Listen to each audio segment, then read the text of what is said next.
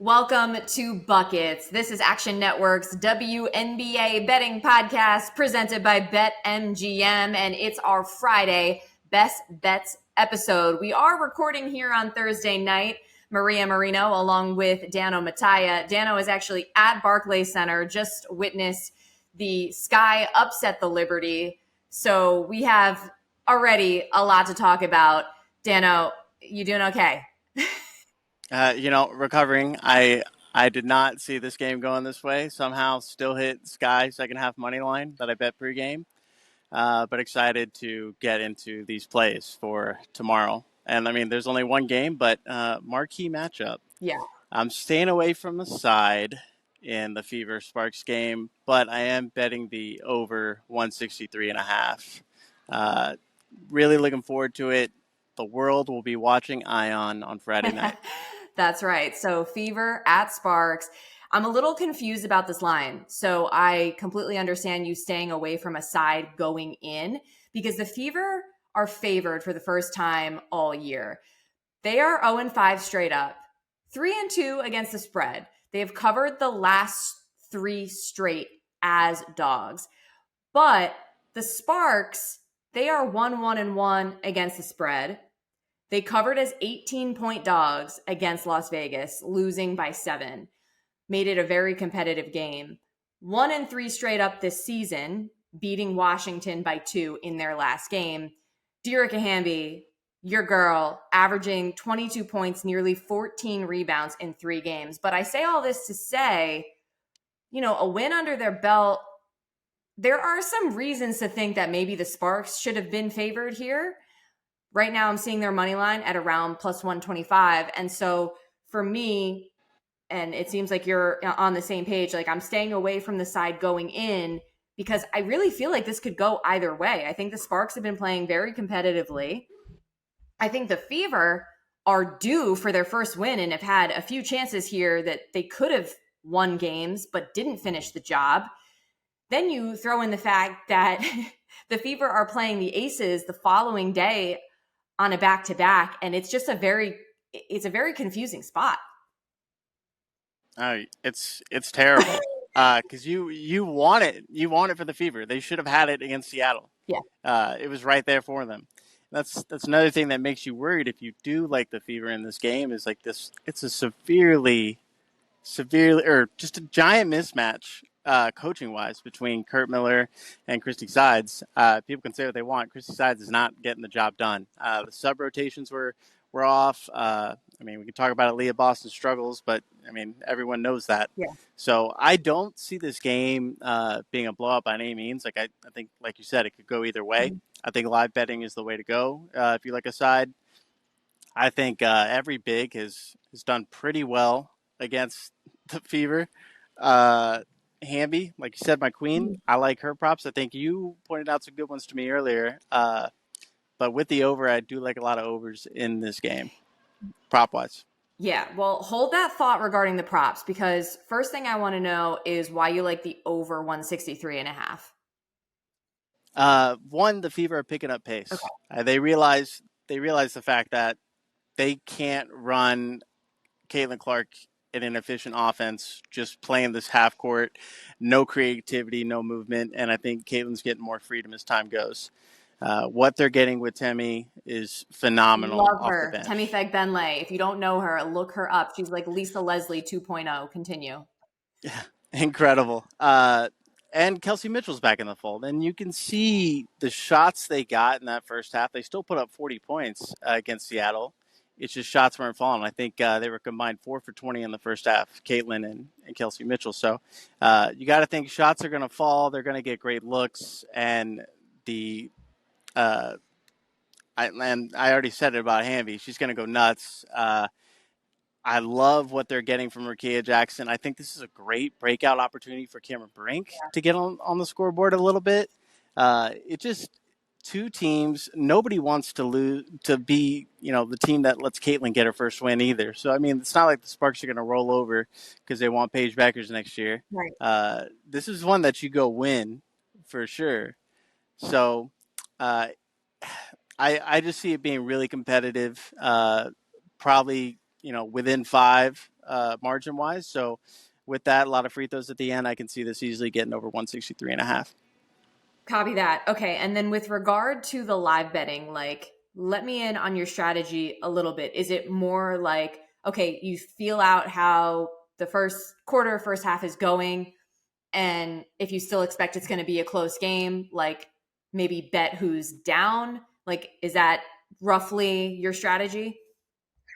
I think so. I mean, injuries also play a factor if that does happen, but I think having good set numbers in mind, like I would love more than a 5 point game here. So if I can get 6.5 either way, I think I would fire for a unit Okay. on the dog. Got it. All right. Thank you for laying that out.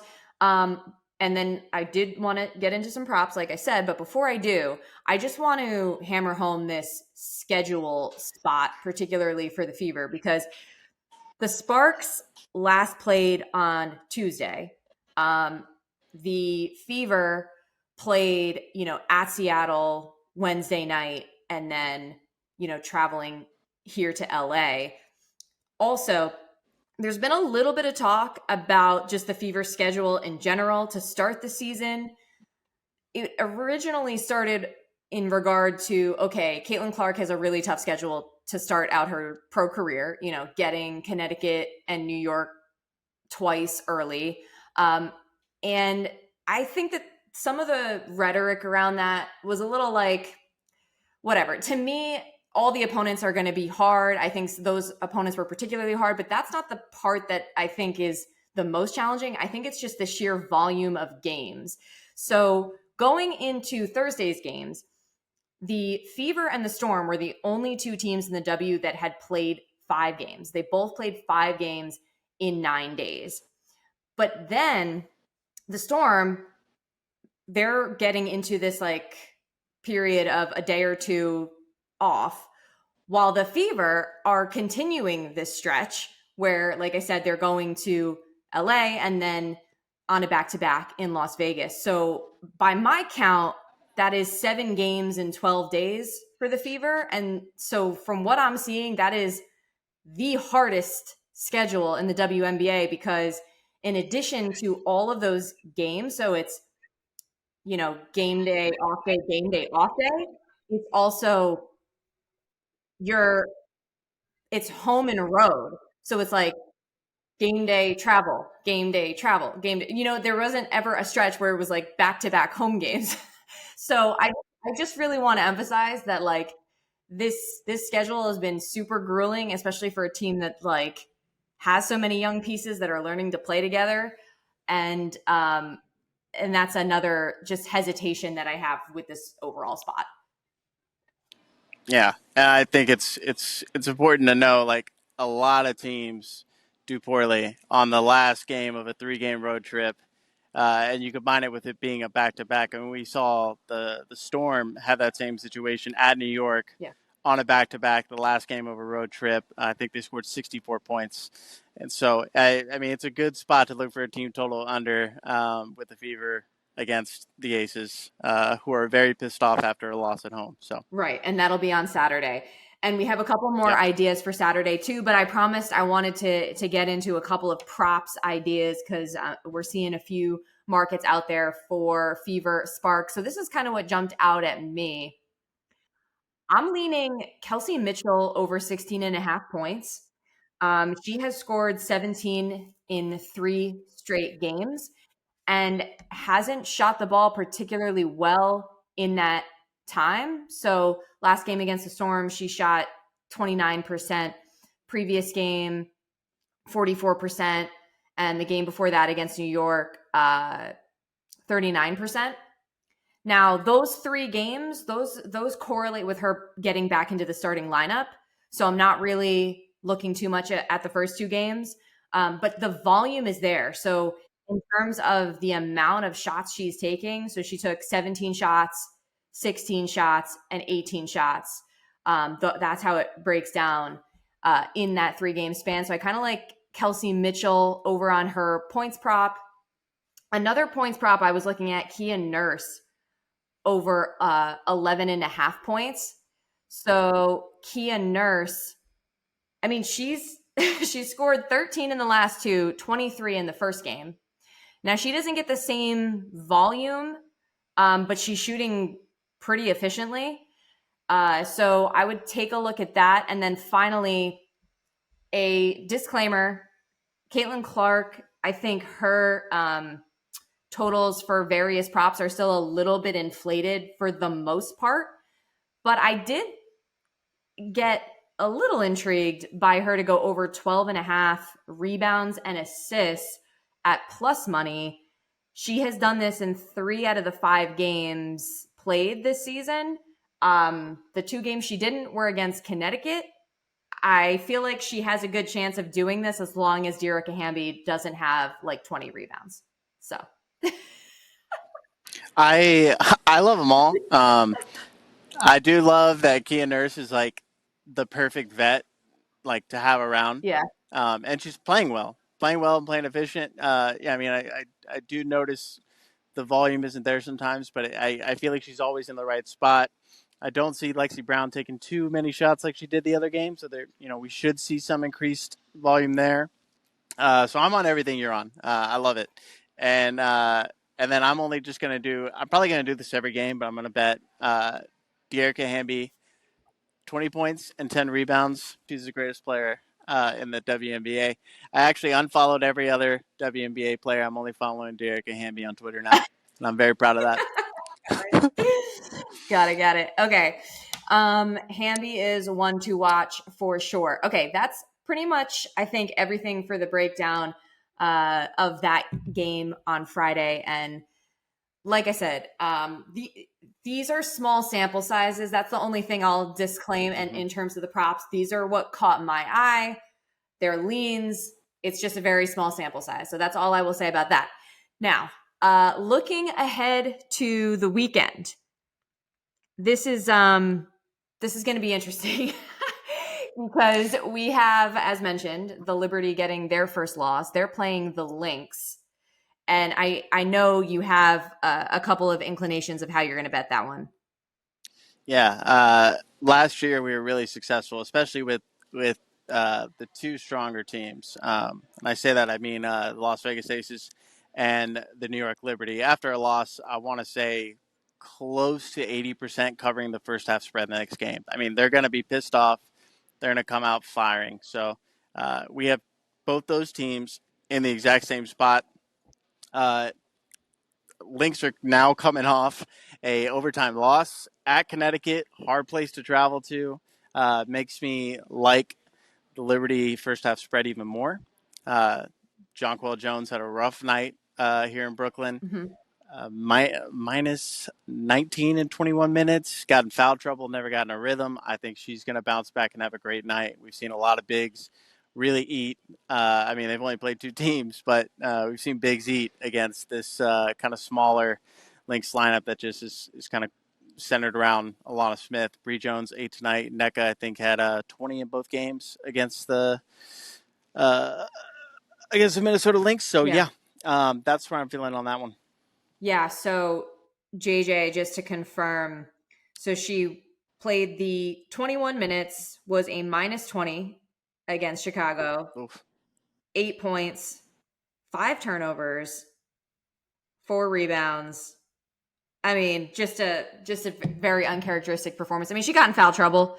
Yeah. She had 5 fouls, and she's a rhythm player, and she was just sitting a lot and just did not get in the rhythm needed. But we are seeing that line, FYI, here on Thursday night, New York, minus 6.5. Yeah. All right. So, but you like them in the first half. And then the other game that you're eyeing on Saturday is the Wings and Mercury. And we're seeing right now the Wings favored. You were surprised by that. Yeah, it's crazy. Nate Tibbetts, coach of the year for sure already. I'm calling it. That offense is so fun. Ka is so fun. I think she matches everything Enrique throws at you. They're getting shots up at an efficient rate. I mean, no team has gotten 40% of their points from the 3-point line in a whole season. Right now, this Mercury team is doing that, which is crazy. I mean, they knocked off the Aces in Las Vegas. One team has done that in the last 2 years. So Wild. it's not a gimmick. It's for real. You're getting great minutes out of Natasha Mack. Diana is perfect in the system. You're getting the most out of her you can. And I mean, Ka, you can't say that she's not like in the running for an MVP at this point. She's fantastic. Beck Allen's a glue. Natasha Cloud fits perfectly. It might be the funnest team in the league outside of the Chicago Sky. So, But yeah, I mean, this is interesting. So Kalia Copper averaging a cool 31 plus points per game on this young season. And before the season, we were curious about how this Mercury team was going to mesh together. And I think we were actually thinking that the Seattle Storm chemistry might come together a little bit quicker, but that has not been the case. Mercury have looked great. And I think a big reason why, too, is Natasha Cloud. Like, I just feel like she makes everybody mesh and gel. And then, Copper's just so talented. And like you said, everything else is fitting. And Nate Tibbetts seems to be like the real deal so far. Storm working on it.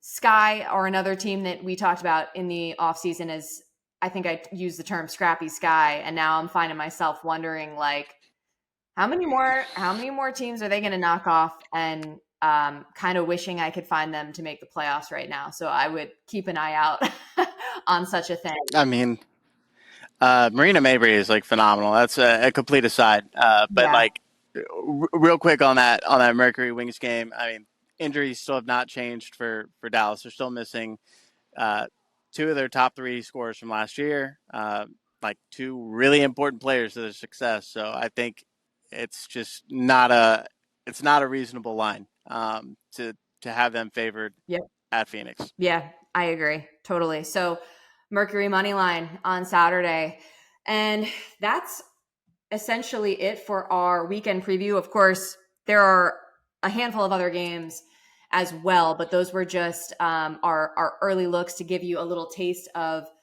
some ideas for how to attack the W this weekend. But to recap, the Fever being favored at Sparks on Friday is a little tricky for us. So Dano will be betting that live, as well as betting over on the total. And once again, take a look at some of those props previously mentioned. I think there are some fun potential options there. Even though Clark, like I said, might be a little overpriced from time to time, the games that she is playing in, there seems to be a lot more options for props, at least early on, like in advance of the game happening. But Dano Mataya, thank you so much for joining me from Barclays Center after a wild game. And yes, I should mention too that with the Lynx playing the Liberty on Saturday, if you didn't know, Lynx lost by 1 in OT to the Suns. So that should be interesting. I think the competitive nature of the league this year is just absolutely insane. But thanks again, buddy. And thanks to everybody absolutely for listening to Buckets. This has been Buckets WNBA presented by BetMGM. We will be back Tuesday with more best bets. Don't forget as well, download the award-winning Action app and rate and review this podcast, if you will. Let's get buckets.